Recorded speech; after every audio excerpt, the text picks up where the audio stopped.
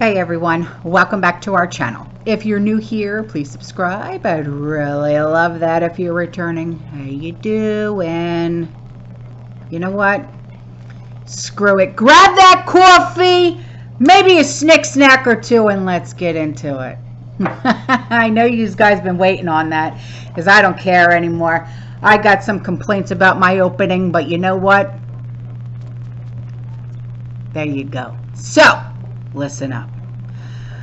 For about a year now, I have been talking about and warning about what's been going on in Europe. And a lot of people have been saying, well, no, not a lot of people.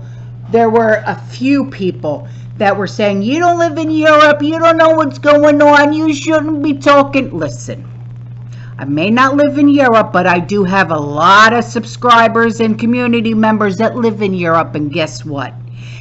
They give me the down low on what goes on, okay? Because they live there, they know firsthand, so they tell me what's what, okay? So shut it for the people that come over here like trolls, acting like it as if. So, I've been talking about what's going on, okay, warning the world, trying to at least, about the global famine implications, the loss of natural gas, the supplies with Europe and everything else, okay? Natural gas is combined with something called atmospheric nitrogen, or N2, to create what? Ammonia, or NH3. All right, this is the key molecule for creating nitrogen-based fertilizers, okay, that grow the crops that are necessary to feed an estimated 4 billion people across this planet. What happens when you don't put fertilizer in with your crops, even with your small freedom gardens? What happens? Nothing. That's what happens. They need something to help them grow. Yes? So, I said, and this is, you know, not just coming from me. This is coming from all of my community members that live in the UK, because I've got community members that live all over the world. And they all email me and they all tell me what's what. Okay, I've even got community members that live in Prague. I've got community members that live in London. They live all over the place. They tell me, okay? This is not like this is stuff that comes off of the internet. I'm being serious here, okay? I warned that if natural gas supplies were not abundant in Europe, the fertilizer production would plummet, and there would not be enough fertilizer to grow the crops to feed the world. Okay, and I mean, it's not like what I'm talking about is going to Home Depot or going to Lowe's and saying, well, there's bags of fertilizer there. Yeah, but have you seen the price? Like, what's the one fertilizer that you use in your gardens?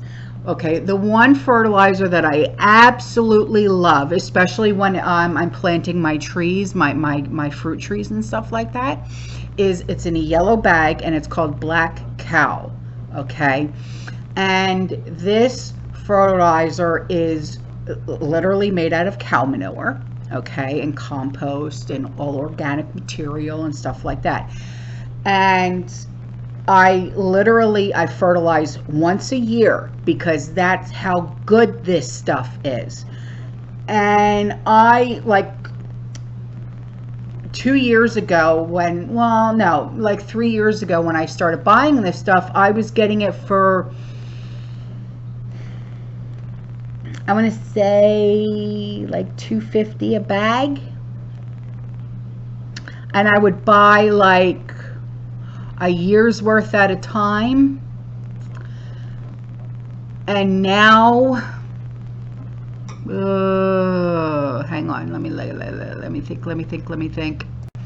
And now it is $6.47 a bag, and it's for 1 cubic feet. Okay, and I mean, when I tell you this stuff is literally like magic, and it's like, okay, so for next year, like, because I had enough to get me by, you know, for this year, of course, you know, because I planted like more grapevines and stuff like that, and I used it all up, and so, and now I'm doing air layering, and when my drought resistant succulents and my soursops are ready to be planted, Yixorama, you know what I mean? I'm like, okay, well, now I'm going to be spending $6.47 a bag, you know, and to buy a year's supply, you know? So it's kind of cray-cray, you know what I'm saying? So now that, you know, fertilizer, like, you know, like with what I use and stuff like that, it's getting so expensive, you know, and yeah, you'll see it in the stores, but it's like for someone like me, or, you know, even like, okay, say like farmers, okay, buying fertilizer is going to be darn near impossible. Okay, so, you know, and the only thing that I garden outside is my trees. I started doing the hydroponics inside because I can't afford anymore, literally cannot afford it, to garden outside. Because why? Fertilizer is too expensive, even with just a small freedom garden. And I've got 2 greenhouses, you guys know that, and I have raised beds and I have all that kind of stuff. I can't do it, so I do my hydroponics, and I've been successful with the hydroponics. I love my hydroponics. I grow literally everything in those hydroponics. It's crazy. And yeah, I mean, the plants, they grow astronomically tall and fast, and oh my gosh. But, you know, grid down, no, it's not going to work out. But, you know, I'm going to have to start doing my own compost, you know what I mean, for grid down, because I'm not going to spend money on the fertilizer. I can't afford it, you know. So now we have, you know, like America destroyed the Nord Stream pipelines. That's no flippin' secret, you know what I mean?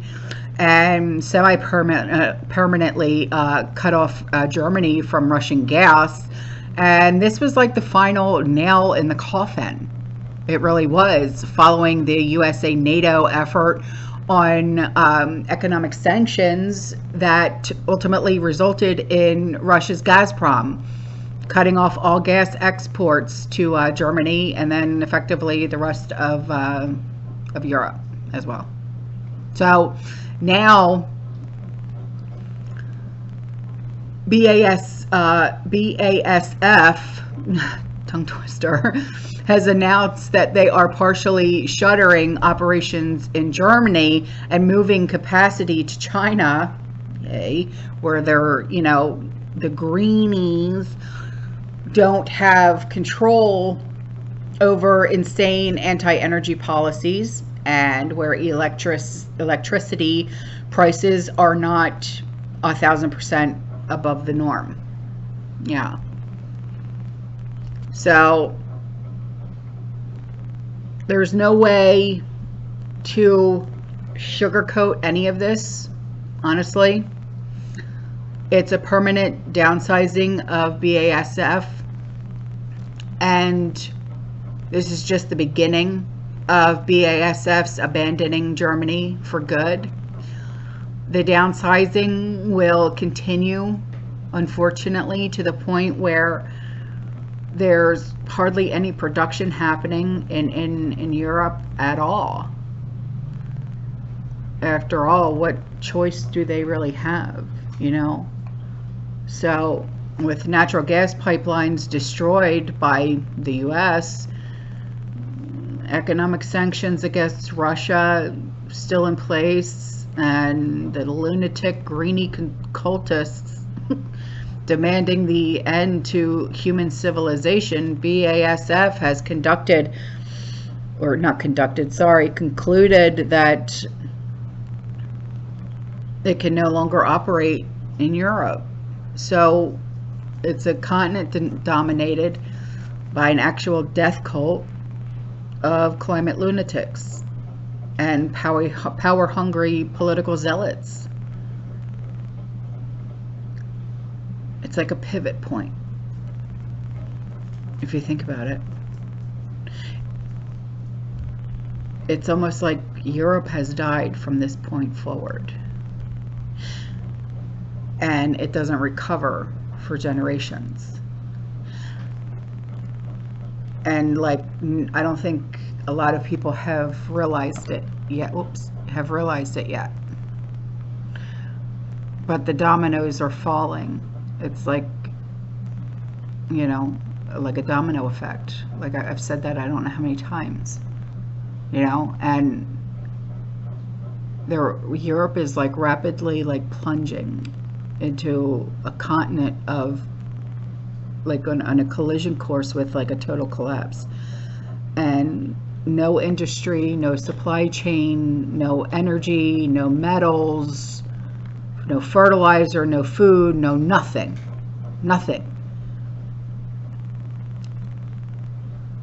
The first world status of Europe,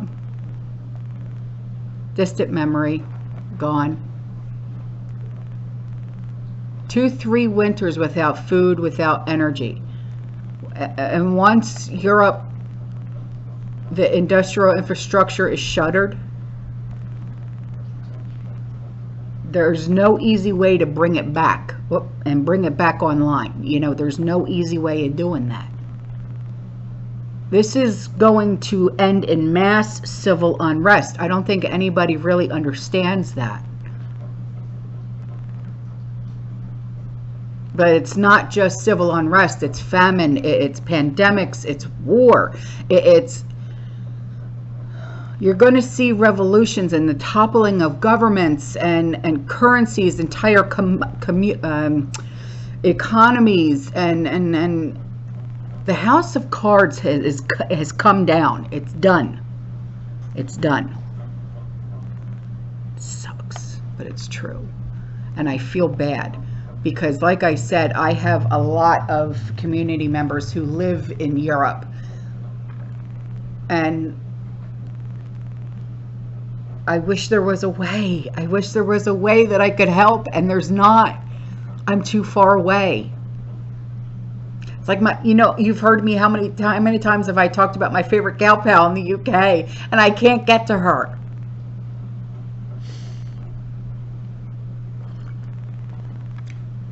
The only time I've ever spoken to her is through email. And do you know how much that kills me?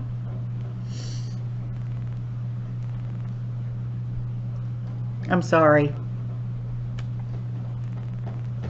She's literally like one of my best friends in the whole world.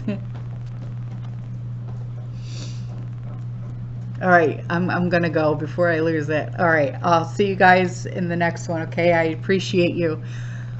You stay safe, you stay positive, you keep prepping, and as always, fearless.